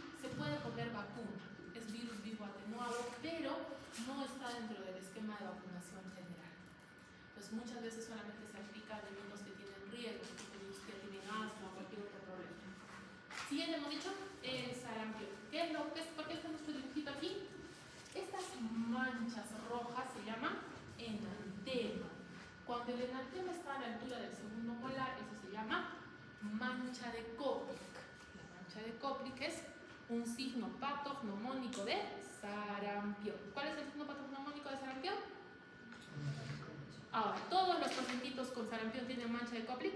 No. No. Pero si yo encuentro una mancha de Koplik, ¿qué cosa es? ¿Necesito preguntarle a alguien algo más? No. Jóvenes, el sarampión generalmente ataca a los ganglios linfáticos con bastante facilidad. Ese es el riesgo. Ahora, como les había dicho, los niñitos como se enferman frecuentemente no suelen sufrir mucho. El problema ¿cuál es? De que primero les da fiebre y de allí les sale el exantema. ¿Qué es el exantema? Máculas y pápulas en la carita, el cuerpo. ¿Dónde está el problema del sarampión? En que se complique. ¿Con qué se complica el sarampión? Con encefalitis. ¿Listo? ¿Qué era la encefalitis? Muy bien, ahora ¿cómo se dice? ¿Cuáles son los signos y síntomas de la encefalitis? ¿Dónde con uno nos habíamos quedado? En María José, sobre todo le toca a Cristian. No, el otro. Rodrigo. Ya. Fiebre. Jóvenes, todos tienen encefalitis, todos hemos pasado encefalitis hasta ahorita, no sé cómo bien fiebre, ¿qué más necesitamos? Adenopatía. No. Rigidez. Rigidez de nuca, ¿qué más? No, ya está. Vómitos explosivos. ¿Eso es meningitis o no? Sí. Para que sea encefalitis, ¿qué nos falta? Muy bien, alteración de... Jóvenes, ustedes dirán, doctora, ¿qué tan frecuentes las complicaciones? Están alrededor del 2%. Jóvenes, por eso vacunamos. Porque si le das sarampión a toda la clase y tengo 100 personas, ¿cuántos van a terminar con encefalitis? 2, ¿y eso duele o no? En cambio, si están vacunados todos y solamente tengo 2 personas con sarampión por cosas del destino, ¿les va a dar encefalitis? Ahora viene una mamá quejándose, pero tiene la vacuna SPR, ¿por qué le ha dado sarampión? Porque los anticuerpos no han sido suficientes para neutralizar. ¿Le dará encefalitis? Normalmente las personas vacunadas tienen enfermedades más leves, ¿no es cierto? Si le da una encefalitis no va a ser pues una que sea mortal. ¿Me comprenden? Los jóvenes, ahí está el detalle. Ustedes dirán, pero doctora, solamente 2% le da encefalitis. Pero ese 2% sufre y tiene una alta probabilidad de morirse. ¿Qué sufre aún más? Por eso es muy importante ver esta situación de las vacunas a gran escala. Entonces, ¿qué estamos viendo ahí? ¿Cómo que está todo rojito? Todo llenito de manchitas. Está igualito que la rubiola, ¿no? Igualito. La única diferencia es que la rubiola se pasa en 2 días y el sarampión en 3 o 4. Entonces, por eso no se puede distinguir. ¿Cómo puede hacer la distinción? Anticuerpos, ¿no es cierto? Pido mis anticuerpos. ¿Qué anticuerpos voy a pedir? IgG e IgE, ¿no es cierto? Y ya está.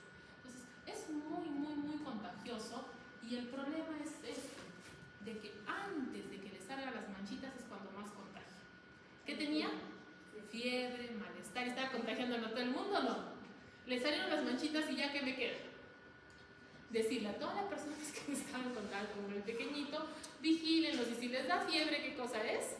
Comienzo de sarampión, déjenlos en la casa, que descansen. Ahora, ¿les daremos aspirina? ¿Tendrían corazón para darle aspirina a esta criatura? Buena idea. A ninguna viral se recomienda la aspirina. No da en todas, pero existe posibilidad. Entonces, ¿qué hay que hacer? Vacunar con virus vivo atenuado. ¿Cómo se llama la vacuna? SPR, sarampión, papera, rubiola. Muy bien. Y ahora justamente a ver la de qué. Su nombre científico es. El problema de esta no es la parótida, ¿sí? Porque tienen montones de glándulas salivales, ¿sí? Porque les sale la parótida, pues, la submaxilar, la sublingual, y inclusive las pequeñas, las califormes son suficientes. El problema no es la parótida. El problema son las otras glándulas que atacan. Le encanta las estructuras glandulares. Si esto fuera embriología, ¿no es cierto?, y pusiéramos un corte, las glándulas salivales, ¿se acuerdan que eran como bolitas con un fondo claro? ¿Qué otra estructura es igualita? Páncreas, ¿no es cierto? Es un fondo claro son glándulas, son de tejido, pero de tipo. Ahí está la diferencia entre adenoma y el adenocarcinoma, es la contaminación del adenoma, y el de escamoso. Uno es adenomatoso y el otro es escamoso. O sea, el tejido puede ser como epitelios. Los epitelios pueden ser como capas, esos son los escamosos, o como glándulas, ¿no es cierto? Entonces, oforitis, ¿qué tendrá inflamado? El ovario. Ahora, jóvenes, si el virus de la parotiditis ataca el ovario, ¿a quién más atacará? Embrionariamente, las gónadas son igualitas o no? Sí. Las dos son glándulas, tienen el mismo componente. Entonces, ¿cómo se llama cuando está inflamado el testículo? No, orquitis. Epididimitis del epidídimo. ¿Qué es el epidídimo? La gorrita del testículo, ¿no es cierto? Jóvenes, este es el problema. El daño puede ser permanente. Jóvenes, ¿se acuerdan que les he dicho que tienen que saber palabritas de cosas que son muy, muy peligrosas? Muy, muy peligrosas.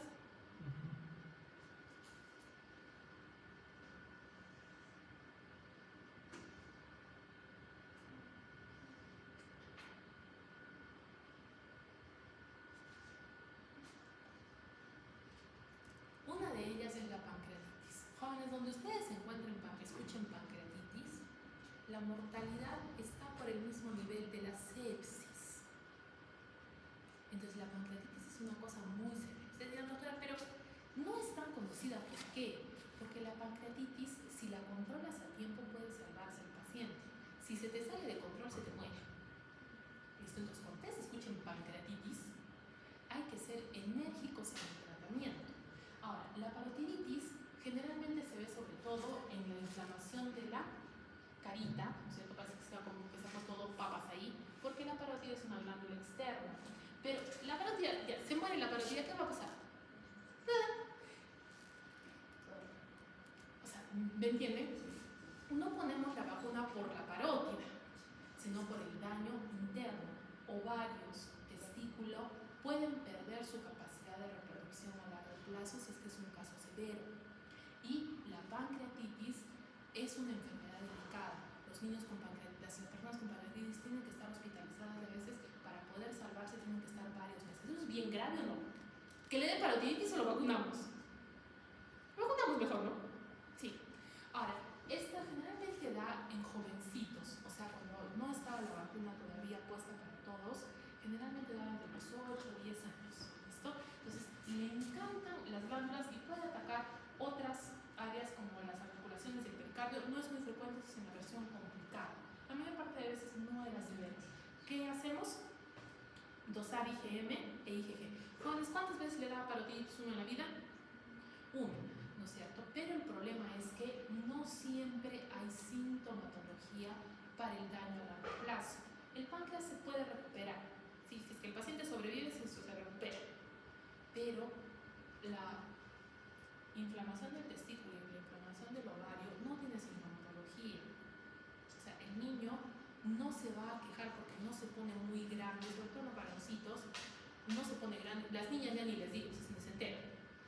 Cuando descubrimos que hay daño permanente, cuando no pueden tener bebés. ¿Listo? Entonces, por eso es que preferimos que no les dé, porque dicen, no, pero fue solamente 3 días de papera. Ya fueron 3 días de papera.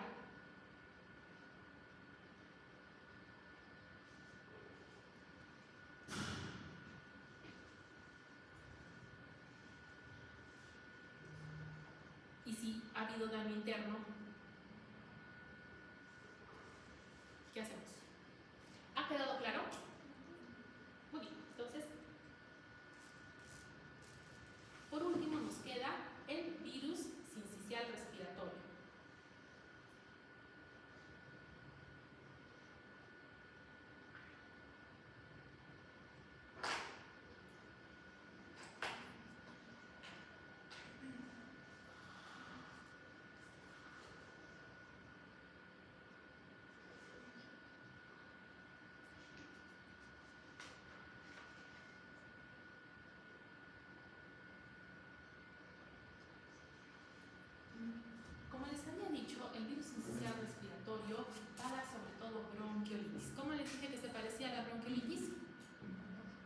falaz, muy importante. Entonces, ¿qué va a pasar con este bebé? Tose, tiene secreción y le falta el aire. Entonces, tosen con secreción. ¿Cuál es el problema? Es que les da ataques de tos y no pueden respirar y se te pueden poner azules.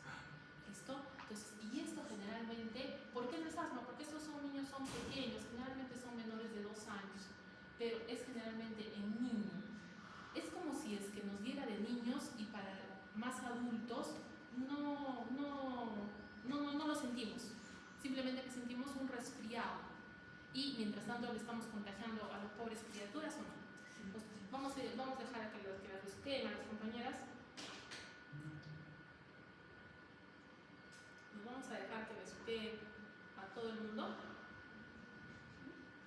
No, ¿no es cierto? No se les deja.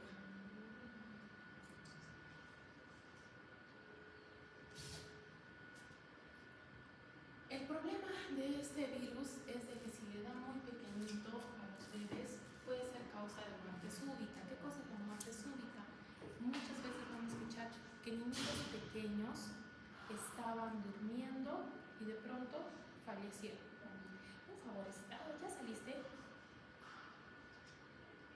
¿Dónde estás? Ah, ya, no importa. No, es por otra cosa. Ya estás en la comida. Con cuidado. Chao. Muy bien. Pues, ¿qué habíamos dicho? Que el problema para estos pequecitos es de que entre más pequeñitos, más grave la situación. Entonces vamos a ir dejando que las personas vayan dando besitos a los bebés. Y peor si están resfriados. ¿Por qué? Porque para nosotros, los adultos, puede ser algo leve porque ya sabemos defendernos, pero para los pequecitos la pueden pasar muy mal. Entonces, aquí es muy importante, en el diagnóstico tenemos que hacer los anticuerpos. Esto es muy importante, la ribavirina. La ribavirina se pone en camaritas, es un antiviral y ha demostrado mejorar la sintomatología. ¿Por qué? Ya les he dicho, para el sistema inmune para los virus es el sistema inmune. En cambio, estos niñitos están sufriendo, les falta el aire y a veces hay que ponerles oxígeno. El problema con el virus inicial respiratorio es que no tenemos vacuna. Entonces, todos nosotros hemos pasado por el virus inicial respiratorio, hemos pasado. Alguna vez les debe haber dado, es muy frecuente que les dé a los niños un mes con tos, están tranquilos, se ponen a correr y de pronto comienzan a toser hasta que se ponen azules, no morados y luego felices como lombrices. Siguen igual. Y eso también varias veces, sí los he visto varios de ustedes cuando están en clase, un mes resfriados, que están hablando tranquilamente y de pronto comienzan a toser, les falta el aire, se ahogan y no saben qué hacer y luego 10 minutos después están tranquilos, felices como lombrices, ¿no es cierto? Entonces puede ser uno de estos, pero como no llega a ser algo grave, entonces ese es el problema. ¿Ha quedado claro? Pues ya hemos aprendido que es bronquiolitis. Lo mismo que las